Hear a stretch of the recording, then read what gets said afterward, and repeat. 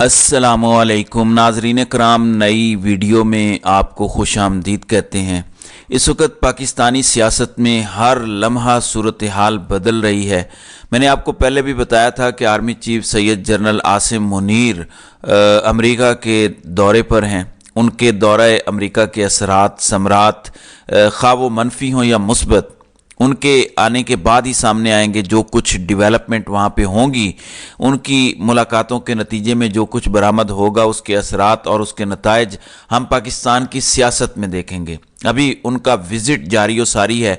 उनकी अमरीकी वज़ीर दिफा से मुलाकात हो चुकी है। वहाँ से उन्हें क्या मिलता है, पाकिस्तान को क्या मिलता है, ये तो कुछ दिनों के बाद पता चलेगा, क्योंकि हम फौरी तौर पर कोई नतीजा अखज़ नहीं कर सकते। वजह बड़ी सिंपल और सादा है कि अभी तक वहाँ पे मुलाकातें चल रही हैं और मुलाकातों के बाद जाहिर है सोर्स हमारे तो ऐसे नहीं हैं कि इन दोनों की मुलाकातों की कुछ खबरें आपके सामने रख सकें, लेकिन आने वाले दिनों में बहुत सारी चीज़ें सामने आएंगी। जब ये विज़िट ख़त्म होगा तो फिर ऑफ द रिकॉर्ड जो सेशंस होंगे, उन सेशंस में ये सारी बातें सामने आएंगी। बहरहाल आज के दिन तक क्रूशियल स्टेजेस आ चुकी हैं। इलेक्शन का अमल जो है वो रोक दिया गया है। 8 फरवरी को जो इलेक्शन होना था उसका अमल रोका गया है। दूसरी जानिब हम सुनते थे कि जब मुश्किल वक्त आता है या बुरहानी कैफियत होती है तो अगर लोग कहीं पे हों, यानी जो ऑफिसर्स हैं वो वापस आ जाते हैं। लेकिन ये सूरत हाल तब थी जब इमरान खान की हुकूमत गिरानी थी। उस वक्त पाकिस्तान की सुप्रीम कोर्ट रात 12 बजे भी लग जाती थी, हाई कोर्ट्स रात को बिला वजह खुल जाती थी और पूछा जाता था कि किसने खुलवाई हैं, क्यों खोली हैं, तो इस सवाल का जवाब किसी के पास नहीं होता था। अब जब मुल्क में इलेक्शन मामले पर बादल छाए हुए हैं कि क्या इलेक्शन होंगे नहीं होंगे, इलेक्शन की क्या सूरत हाल है, तो मालूम ये पड़ रहा है कि काजी फायज ईसा तो गए, अब कौम जाने, बाकी लोग जाने, और काजी साहब तसल्ली से अपनी फैमिली को वक्त देंगे, बाकी चीज़ों को वक्त देंगे। अब खबर क्या है? खबर यह है कि आइंदा तकरीबन 2 हफ्तों के लिए नए चीफ जस्टिस आ रहे हैं। जाहिर है जब चीफ जस्टिस कहीं जाते हैं तो जो मोस्ट सीनियर जज होता है वो चीफ जस्टिस की जिम्मेदारी संभालता है, बेशक वो कायम मकाम ही हो। तो एक लिहाज से उनके अपने दोस्त ही आ रहे हैं, सरदार तारिक मसूद। उनके मुतालिक कहा जा रहा है कि वो कायम मकाम चीफ जस्टिस होंगे और काजी फायज ईसा सर्दियों की छुट्टियों पर जा रहे हैं और आइंदा हफ्ते बताया गया है कि वो बैरून मुल्क चले जाएंगे और तकरीबन 2 हफ्ते सर्दी की छुट्टियां गुजारेंगे। अब मालूम नहीं है कि पाकिस्तान के जजेस को ये सर्दी की इतनी छुट्टियां क्यों चाहिए, या उनको सर्दी ज़्यादा लगती है। हालांकि दफातर के अंदर हीटर्स लगे हुए हैं, दफ्तर में माहौल ही बिल्कुल अलग है जो एक गरीब आदमी तसव्वुर भी अपने घरों में नहीं कर सकता। उसके बावजूद अगर छुट्टियां करनी है तो क्यों करनी है, इस बात की मुझे समझ नहीं आती। बाकी कहने को वो कहते हैं कि छोड़ दें इन चीज़ों को, आप इंडिया का हवाला ना दें, अंग्रेज़ों का भी हवाला न दें। अब मालूम नहीं है कि काजी फायज ईसा ये छुट्टियां करते क्यों हैं या इन छुट्टियों का चक्कर क्या है। तो फिलहाल तब्दीली हो रही है, काजी फायज ईसा नहीं होंगे। अब ये जो इलेक्शन वाला तमाशा लगा हुआ है, इस इलेक्शन के तमाशे का करना क्या है इस बारे में किसी को इल्म नहीं है।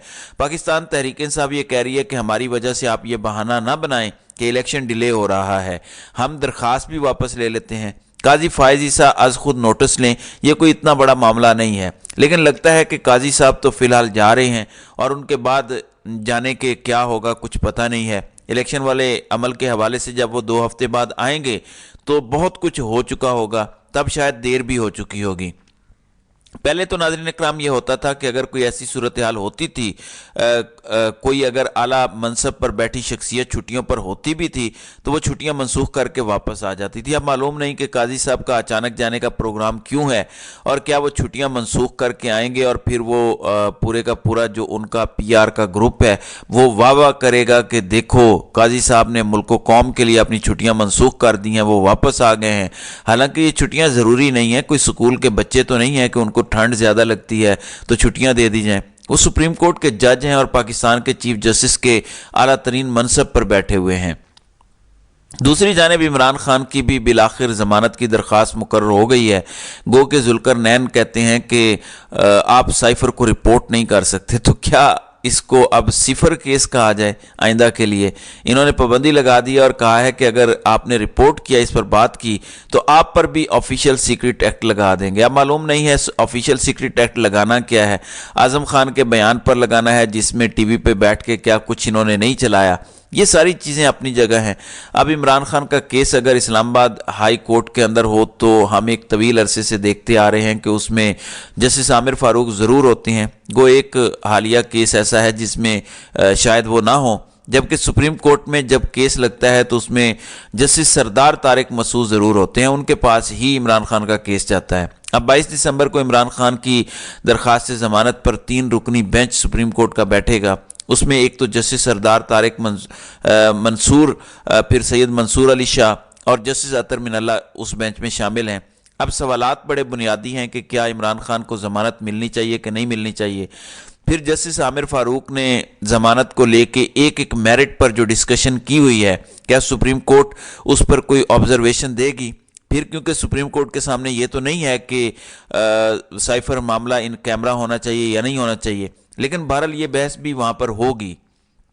اب امید یہی ہے کہ اس پر بھی سپریم کورٹ کوئی آبزرویشن دے گی۔ ظاہر ہے سائفر کیس کی رپورٹ کرنا تو جرائم میں شامل نہیں ہے۔ آج کے دور میں جب لوگوں کو اپنی لیڈرشپ کے بارے میں A to Z پتہ کرنے کی خواہش ہوتی ہے، پاکستان کے اندر سخت سے سخت پابندیاں لگائی جا رہی ہیں تاکہ لوگوں تک اصل حقائق نہ پہنچ سکیں۔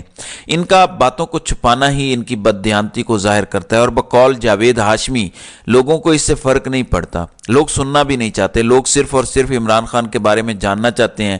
اس کے علاوہ آپ جو بھی کرنا چاہتے ہیں آپ کو کوئی روک نہیں سکتا، لیکن بہرحال آپ کے کیے ہوئے کرتوتوں پر کوئی تھوکتا بھی نہیں ہے۔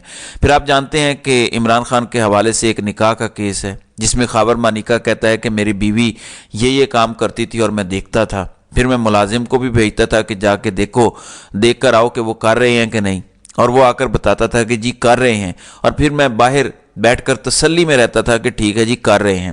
اس کے بعد اس نے کہا کہ میری بیوی چلی گئی اور اس نے عدت کے اندر نکاح کر لیا۔